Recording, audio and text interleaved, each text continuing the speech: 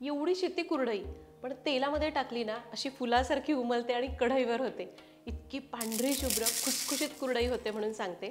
गव्हाच्या चिकाची कुरडई, पांढरी शुभ्र, चीक अजिबात पातळ होणार नाही, लाल होणार नाही, कुरडई लाल होणार नाही, कडक होणार नाही, अहो काहीच प्रॉब्लेम येणार नाहीत. तुम्हाला शिकायची आहे तर व्हिडिओला लाईक करा आणि व्हिडिओ शेवटपर्यंत बघा. नमस्कार, सरिताच्या स्वयंपाकघरात म्हणजेच आपल्या सरिताज किचनमध्ये आज आपण करतोय कुरडई, जी तुमच्या समोर आहे. तर गव्हाच्या चिकाची कुरडई करणार आहोत. इथं चिकाची कुरडई करत असताना बऱ्याचदा काय होतं, चीक पातळ होतो किंवा कुरडई लालसर होते, तळल्यानंतर सुद्धा अशी चांगली होत नाही, कडक होते, असे बरेच प्रॉब्लेम्स येतात. तर त्यासाठी त्याचा चीक तयार करणं, पाण्याचं प्रमाण व्यवस्थित घेणं खूप महत्त्वाचं आहे. चांगला गहू निवडणं सुद्धा तितकंच महत्त्वाचं आहे. तर आज तुम्हाला अगदी स्टेप बाय स्टेप सविस्तर कृती सांगणार आहे. आणि तुम्हा सगळ्यांना माहिती आहे सरिताज किचन म्हणजे अचूक प्रमाणात परफेक्ट रेसिपी ज्या तुम्ही पहिल्या प्रयत्नात करायला शिकता. त्यामुळे व्हिडिओला लाईक नक्की करा. आता रेसिपीला सुरुवात करायचीच आहे, पण रेसिपी आधीच तयार आहे. याचं कारण म्हणजे आपण इथं या कुरड्या करायला 8 ते 9 दिवस देतो. त्यामुळं काय, हे मी सगळं आधी शूट करून घेतलं, व्यवस्थित शूट करता यावं आणि पुन्हा व्यवस्थित सांगता यावं म्हणून हे दोन्ही भाग वेगवेगळे ठेवलेले आहेत. हे सगळं शूट केलं, एडिट झालंय. आता एक एक स्टेप तुम्हाला सविस्तर कृती करून समजावून सांगणार आहे. सुरुवात करूया.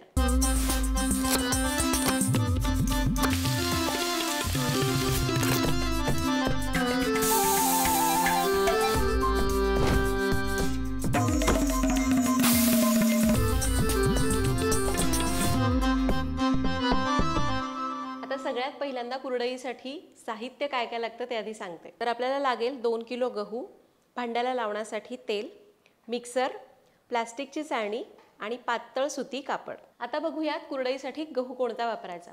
तसं तर पारंपरिक पद्धतीने कुरडई करताना खपली गहू म्हणजे जोड गव्हाचा वापर केला जायचा. जो असा तांबूस रंगावर असतो, त्याला असं अणकुचीदार टोकं असतात.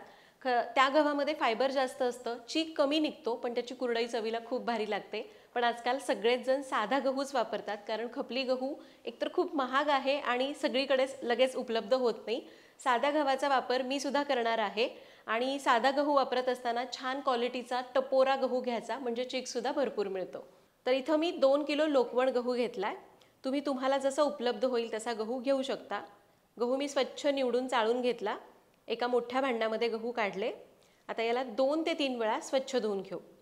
गहू स्वच्छ धुवून घेतले.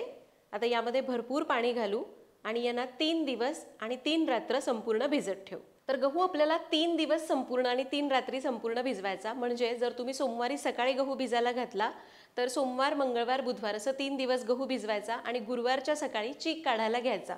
3 दिवस 3 रात्र संपूर्ण गहू भिजणं गरजेचं आहे, तेव्हाच त्याचा चीक व्यवस्थित निघतो. अगदीच तुम्हाला वाटलं तर एखाद दिवस जास्त झाला तरी पण चालेल. दुसरी महत्त्वाची गोष्ट म्हणजे गहू भिजवला की रोजच्या रोज सकाळी गव्हातलं पाणी बदलायचं, त्यामध्ये दुसरं पाणी घालायचं, म्हणजे गव्हाला खराब वास येत नाही.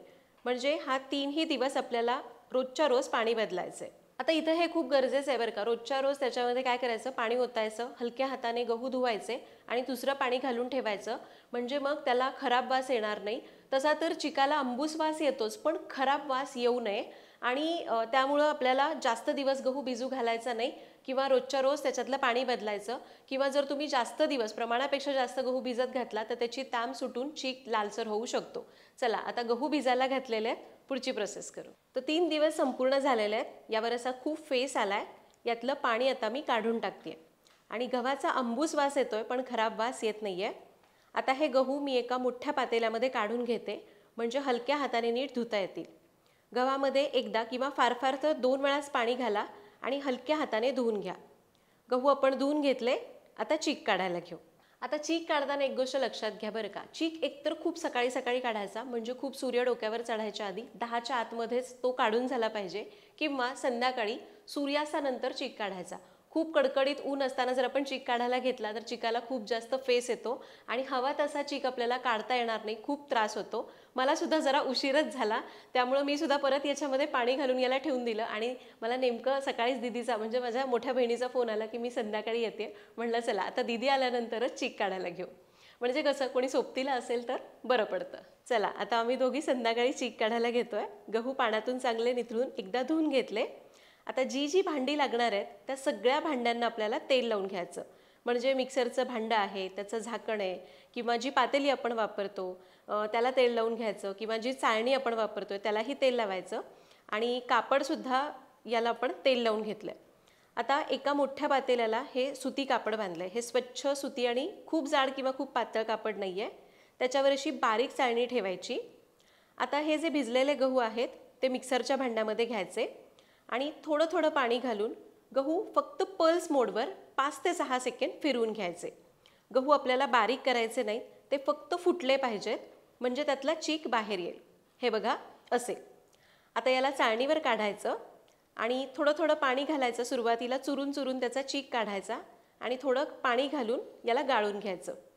जो खाली कपड्यातून दुसऱ्यांदा गाळून खालच्या भांड्यामध्ये पडतो, म्हणजे हा 2 वेळा गाळला जातो. आता उरलेला चौथा असा घट्ट पिळून घ्यायचा. याला एका परातीमध्ये काढून घेऊ. तर दोघी असतील तर बरं पडतं आणि अनायसे दिदी येणार होती म्हणून मला सोबत मिळाली. आता चीक काढत असताना तो चाळणीच्या किंवा कपड्याच्या छिद्रामध्ये जर अडकून चाळणी किंवा कपडा ब्लॉक होत असतो. त्यामुळे आपल्याला काय करायचंय, 2-3 वेळा चीक काढून झाला की मध्ये मध्ये थोडंसं मीठ घासायचं, म्हणजे चाळणीची आणि कपड्याची छिद्र मोकळी होतात आणि चीक व्यवस्थित गाळला जातो. तर इथं आम्ही सगळा चीक गाळून घेतलेला आहे, 2 भांड्यांमध्ये काढला. आता दुसरी फेरी आपण परातीमध्ये जो चौथा साठवलाय की नाही, तो 4 ते 5 मिनिटं चांगला चुरून घ्यायचा, म्हणजे यामध्ये अजून काही चीक असेल तर तो आपल्याला काढून घ्यायचा आहे. 4-5 मिनिटं चुरून घेतलं. आता यामध्ये पाणी घालायचं. पाणी घालून याला पुन्हा गाळणीमधनं कापडावरून गाळून घ्यायचं अशा पद्धतीने. आता मात्र हा जो गव्हाचा चोथा उरला आहे ना, त्याला चांगलं असं पिळून काढायचं. आता याच्या मात्र आपण भातोड्या घालू शकतो. तर सगळा चीक गाळून घेतला. आता आपण पहिल्यांदा केलं ना अगदी तसंच हा जो सगळा चीक तयार झालाय तो पुन्हा एकदा कापडावर गाळणी ठेवून गाळून घेऊ, म्हणजे उरले सुरले काही गव्हाचे कण चुकून पडले असतील किंवा उरली सुरली तांब असेल तर ती सुद्धा गाळली जाईल. तर सगळा चीक आम्ही 2 वेळा गाळून घेतला आणि या 2 भांड्यांमध्ये चीक काढून घेतलाय. आता या चिकामध्ये मी तुरटीचा खडा फिरवून घेणार आहे. दोन्ही भांड्यांमध्ये 5-5 वेढे घालायचे. फार असं जास्त तुरटी पण फिरवायची नाही, ज्यामुळे कुरडई पांढरी शुभ्र होण्यास मदत होते. तुरटी फिरवली. आता यावर झाकून याला रात्रभर धक्का न लावता असंच ठेवून देऊ. तर जेव्हा आपण चीक गाळत असतो ना, शक्यतो करून पाणी वापरत चला, म्हणजे असं चीक चुरून घेतला की पाणी घालायचं, म्हणजे चीक व्यवस्थित पिळता येतो, असं चिकट चिकट गिळगिळीत होत नाही. चीक काढत असताना भरपूर पाणी वापरलं तरीही चालतं, उलट ते पाणी आपोआप वर येतं. आता हा चीक मी 2 भांड्यांमध्ये तुरटी घालून झाकून ठेवला. जर आपण संध्याकाळी 7 पर्यंत चीक काढून झाला, 3-4 तासांनी धक्का न लावता आपण जर तसाच ठेवला असेल तर चीक तळाशी बसतो आणि पाणी पाणी वर येतं. रात्री 11 वाजता मी याच्यावरचं पाणी काढून टाकलं, म्हणजे काय, त्यातली तांब अजून निघून जाते आणि चीक अजून पांढरा शुभ्र मिळतो. त्यानंतर मी दोन्ही चीक एकत्र मोठ्या भांड्यामध्ये काढले, पुन्हा पाणी घातलं आणि याला रात्रभर झाकून ठेवलं. दुसऱ्या दिवशी सकाळी बघा पाणी वर आलेलं आहे आणि असा घट्ट चीक तळाशी जमा झालेला आहे.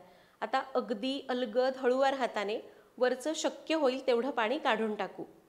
तर भांडं बेसिनमध्ये उचलून न देता दुसरंच एखादं भांडं आणायचं, त्यामध्ये हे काढायचं, कारण हे उचलताना सुद्धा चीक पाण्यामध्ये मिसळू शकतो. आणि एकदम हळूवार करायचं आहे बरं का.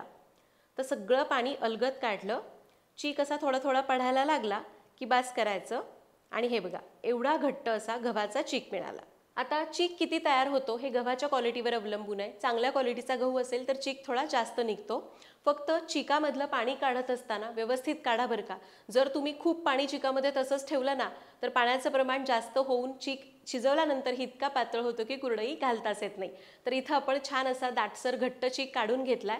आता कुरडई करत असताना ती आपण पाण्यामध्ये शिजवून करतो, त्याचा चीक शिजवून करतो, तर ते पाण्याचं प्रमाण घेणं खूप महत्त्वाचं आहे. ते कसं काढायचं ते आधी बघूयात. तर आता हा घट्ट चीक एका भांड्यामध्ये काढून मोजून घेऊयात. बघूया किती भरतोय. तर हे बघा, हे भांडं भरून चीक निघाला, म्हणजे थोडंसं कमी आहे. हे बघा इथंपर्यंत आपला चीक आहे. तर कुरडईसाठी पाण्याचं प्रमाण घेताना जेवढा चीक भरतो तेवढंच पाणी आपल्याला घ्यायचं आहे. म्हणजे जर आपल्याकडे 1 भांडे चीक निघाला तर त्याच भांड्याने 1 भांडं भरून पाणी घ्यावं लागतं. जर तुम्ही पाणी जराही जास्त घेतलं तर चीक पातळ होऊ शकतो. आता या भांड्यातला चीक मी काढून घेतला आणि जेवढा चीक होता तेवढंच पाणी या भांड्यामध्ये घेतलेलं आहे. आता एका मोठ्या जाड तळ्याच्या भांड्यामध्ये हे पाणी घालू आणि पाण्याला खळखळून उकळी आणू. पाण्याला बघा मस्त उकळी आली आहे. आता यामध्ये घालायचं आहे चवीप्रमाणे मीठ. तर मीठ घालण्याचा व्हिडिओ माझ्याकडून स्किप झाला, पण तुम्ही घालायला विसरू नका. आता गॅस कमी करूयात आणि एका हाताने चीक सोडून याला सतत ढवळत राहायचं आहे. दोघी असतील तर खूप सोपं जातं. तर याला सतत ढवळत राहायचं, गॅस कमीच ठेवायचा, जेणेकरून यामध्ये गुठळ्या होणार नाहीत आणि चीक हटायला सोपं पडेल. तर सगळा चीक इथं घातला. आता गॅस कमीच ठेवायचा आणि 5 ते 6 मिनिटं मंद आचेवर बेलण्याने किंवा असा चाटू मिळतो म्हणजे लाकडाची पळी, त्याने याला सतत ढवळत राहायचं आणि गुठळ्या मोडत राहायच्या. तर हे चीक हलवताना खूप जड जातं, त्यामुळे दोघी असतील तर एकीने घट्ट भांडं पकडायचं आणि दुसरीने ढवळायचं. असं केलं तर खरंच काम खूप सोपं होतं. तर एक 5 ते 6 मिनिटांनी बघा चीक असा घट्ट दिसतोय, गुठळ्या सगळ्या मोडल्या गेलेल्या आहेत. आता सगळा चीक एका जागी आणून सेट करायचा. हा असा पसरला जातो ना, तो उलथाण्याने किंवा झाऱ्याने एक जागी आणून सेट करायचा.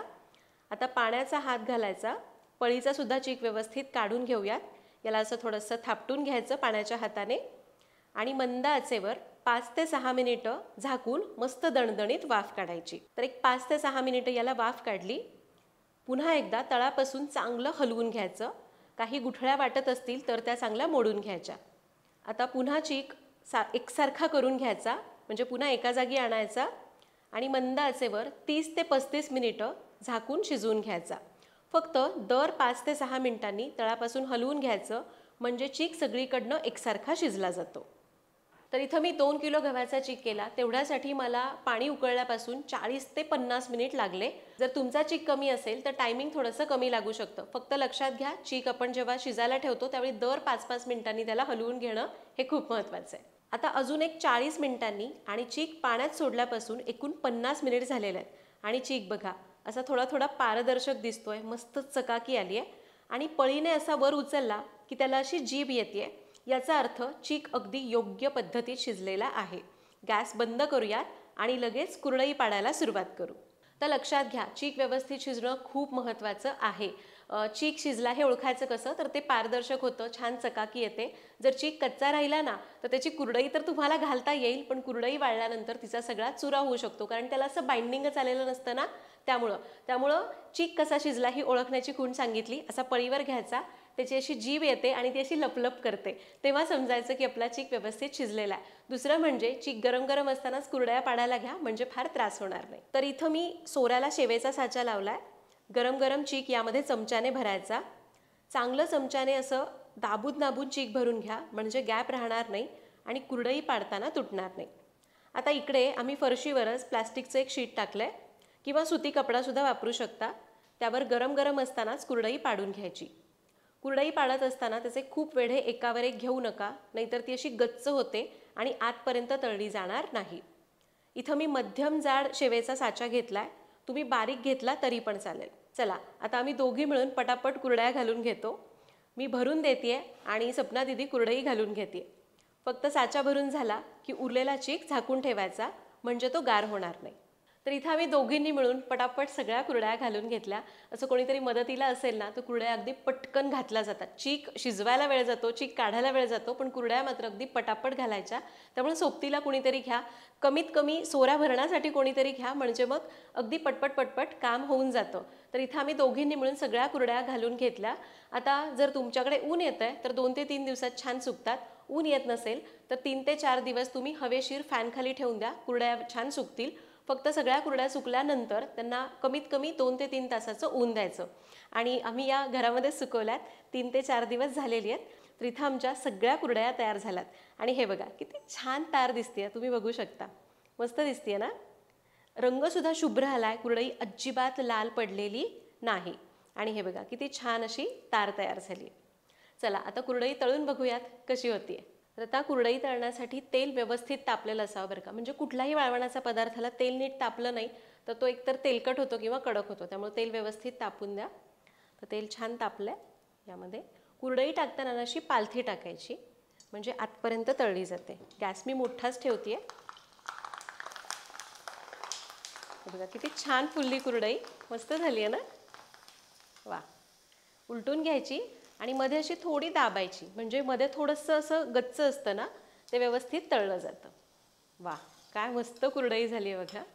आणि तुम्हाला दाखवू का, हे बघा ही एवढी होती, दुप्पट फुललेली, हो की नाही.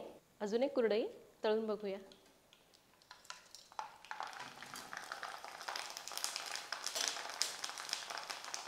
कुरडई ना अशी पालथी घालायची, म्हणजे जो जास्तीचा भाग असतो तो तेलाच्या बाजूला करायचा, म्हणजे तो आधी तळला जातो आणि मग आतमध्ये गच्च राहण्याचा प्रश्नच येत नाही.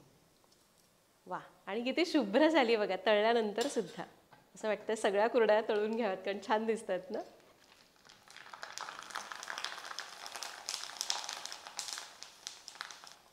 आता तर इतक्या छान तळल्या जात आहेत की मला असे दाबायची पण गरज नाही आहे, आतपर्यंत आपोआप छान अशी तळली जाते. तर अशा प्रकारे आज आपण इथं या कुरडया तयार केल्या. तुम्ही बघितलं तळल्यानंतर सुद्धा किती छान फुलतायत, अजिबात अशा ताटल्यासारख्या होत नाहीत. तर बघितलं किती भारी कुरडई फुलत होती. एवढीशी ती कुरडई आणि तेलात टाकली कशी कढईवर होत होती. किती जास्त मस्त झाली ना, अजिबात तेलकट होत नाही, मस्त खुसखुशीत होते, कडक होत नाही. तर आम्ही इथं 2 किलो गहू घेतला होता बरोबर. तेवढ्या प्रमाणात नगावर म्हणाल तर मध्यम आकाराच्या 120 कुरडया होतात, पण आमच्या 100च झाल्या, कारण यातला खूप चीक जवळपास 3 ते 4 सोरा एवढा चीक आम्ही मुलांसाठी खायला ठेवला होता. त्यामुळे 100 झाला. आणि 2 किलो गहू घेतले तर वजनी प्रमाणात म्हणाल तर 1 ते 1.25 किलो कुरडई तयार होते. तरीसुद्धा चीक किती निघतो याच्यावर थोडंफार प्रमाण कमी जास्त होतं, म्हणून मी एक्झॅक्ट प्रमाण सांगत नाही. तर तुम्ही पण अशा पद्धतीने अगदी स्टेप बाय स्टेप सविस्तर कृती वापरून जर गव्हाची कुरडई केली तर तुम्ही पहिल्या प्रयत्नात उत्तम करू शकाल. फक्त इथं सांगितलेल्या टिप्स आणि पाण्याचं प्रमाण व्यवस्थित फॉलो करा. तर आय होप आजचा हा व्हिडिओ तुम्हाला आवडला असेल. तरीसुद्धा काही शंका असतील तर मला कमेंट्समध्ये विचारा. पुन्हा भेटूया तशाच एका नवीन व्हिडिओमध्ये. तोपर्यंत धन्यवाद.